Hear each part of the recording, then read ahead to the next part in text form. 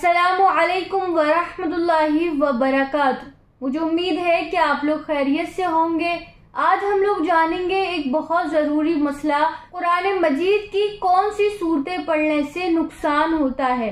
आइए जानते हैं मुफ्ती A.M. कासमी साहब से कि कुरान मजीद की कौन सी सूरतें पढ़ने से नुकसान होता है। आइए सुनते हैं। अस्सलामु अलैकुम वरहमतुल्लाहि वबरकातुहू। एक वाक़या जो मैं अपने स्टूडेंट से शेयर करने जा रहा हूँ, और ये वाक़या मैं आप लोगों से इसलिए शेयर करने जा रहा हूँ क्योंकि आप मेरे स्टूडेंट्स हैं। मेरे से कुरान शरीफ की तालीम आप लोग हासिल करते हैं। कुरान शरीफ की सही तालीम आप लोगों तक पहुँचाना ये मेरी ज़िम्मेदारी है। हमारे माशरे में कुरान शरीफ के बारे में तरह तरह की बातें, गलत बातें फैली हुई हैं और हम लोग उनको सही समझते हैं। इसी तरह का एक वाक़या आज मेरे साथ हुआ जो मैं आप लोगों से शेयर करने जा रहा हूँ।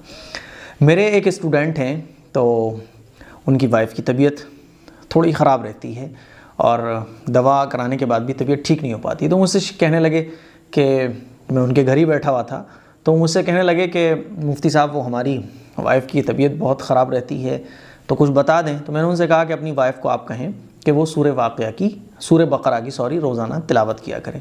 तो वो कहने लगे सूरह बकरा तो बड़ी है। तो मैंने कहा ऐसा किया करें, आप अपनी वाइफ को बोलें कि वो 10 दिन में कंप्लीट कर लें, 12 दिन में कंप्लीट कर लें, 2 हफ्ते में कंप्लीट कर लें, जैसे आसानी हो वैसे वो सूरह बकरा को कंप्लीट कर लें। रोज़ाना पाव पारा पढ़ लें, आधा पारा पढ़ लें। तो वो कहने लगे कि मुफ्ती साहब हमने तो ये सुना है कि सूरह बकरा अगर 41 दिन तक पढ़ी जाए या 40 दिन तक पढ़ी जाए तो मुवक्किल हाज़िर हो जाते हैं। तो मुझे बड़ी हैरानी हुई। मैंने कहा नहीं भाई, ऐसा नहीं होता है। हदीस शरीफ में तो हमारे नबी ने ये फरमाया है कि जिस घर में सूरह बकरा पढ़ी जाती है तो उस घर से शैतान और जिन्नात भाग जाते हैं, शैतान उस घर से दूर चला जाता है। तो वो कहने लगे बात तो सही है आपकी, लेकिन बहुत सारे हमने बड़े बड़े पीरों से भी सुना है, बहुत बड़े जो बुज़ुर्ग गुजरे हैं उनसे भी हमने सुना है। मैंने कहा नहीं, जो सही बुज़ुर्ग हैं, जो सुन्नत पर चलने वाले बुज़ुर्ग हैं, उनसे ऐसा आपने नहीं सुना होगा। तो वो कहने लगे हमारे घर में हमारी दादी हैं, फुलाएँ, वो यूँ कहती हैं कि 41 दिन तक अगर रोज़ाना सूरह बकरा पढ़ी जाए तो मुवक्किल हाज़िर हो जाते हैं। तो हमारे माशरे में ये बात फैली हुई है कि अगर 41 दिन तक सूरह बकरा पढ़ी जाए तो साहब ये हो जाता है, वो हो जाता है। हालांकि ऐसा कुछ भी नहीं है। सूरह बकरा पढ़ने से तो घर से शैतान भागता है और ये हमारे नबी के इरशाद है। तो अब इस तरह की बातें बहुत सारे दीनदार लोग भी बोल देते हैं कि नहीं साहब वो रोज़ाना 40 दिन तक सूरह बकरा नहीं पढ़ना चाहिए। तो ये गलत बात है। इसीलिए अगर आप ऐसा समझते हैं तो इस गलतफहमी को दूर कर लें, ऐसा कुछ भी नहीं है। फिर वो मुझसे बोले कि हमारे घर में तो ये भी कहा जाता है, हमारी वालदा कहती हैं कि सूरह बकरा जो है वो जलाली है और जलाली सूरत जो है वो रोज़ाना नहीं पढ़ना चाहिए, है ना। तो मैंने उन्हें समझाया कि भाई कुरान की कोई भी सूरत हो, कोई भी आयत हो, आप उसको रोज़ाना पढ़ेंगे, जलाली वलाली कुछ नहीं। कुरान की तो सारी आयतें रहमत वाली हैं।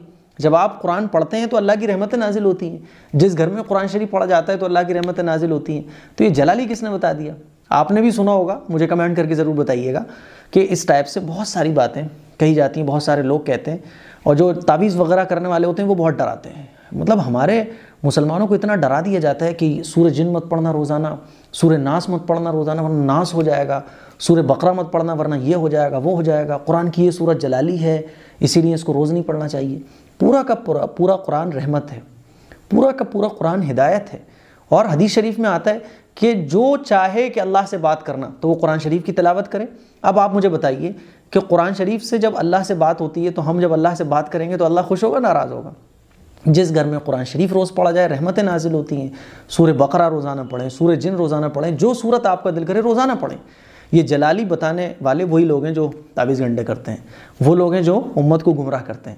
इसीलिए मेरी आप सभी हजरात से दरख्वास्त है, वाक़या मेरा सुनाने का जो मकसद है वो ये है कि इस टाइप से जो बातें बनी हुई हैं हमारे माशरे में कि सूरह बकरा रोज़ नहीं पढ़ना चाहिए, ये वाली सूरत जलाली है और इस सूरत को रोज़ाना नहीं पढ़ना चाहिए, मुवक्किल हाज़िर हो जाएंगे, जिन्नात हाज़िर हो जाएगा, वो आपको खा जाएगा, वो दीख जाएगा, इस तरह की जो बातें हैं वो गलत है।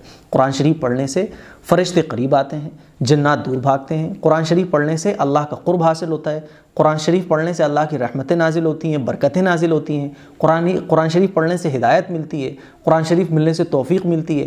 कुरान शरीफ पढ़ने से वो सारी बरकतें नाजिल होती हैं जिसके हम लोग तमन्ना रखते हैं। जिस चीज़ को हम सोच नहीं सकते अल्लाह की तरफ से वो चीज़ नाजिल होती है।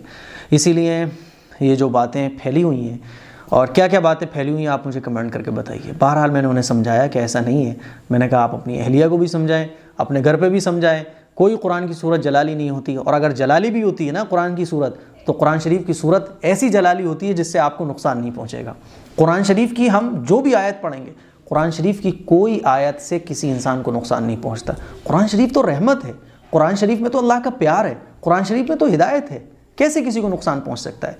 तो इस तरह की जो गलत बातें फैली हुई इनसे बचिए और कुरान शरीफ की सही तालीमात लोगों तक पहुँचाइए। सही तालीमात कुरान शरीफ के लोगों तक पहुँचाना ये हम सबकी रेस्पॉन्सिबिलिटी है, हम सबकी जिम्मेदारी है।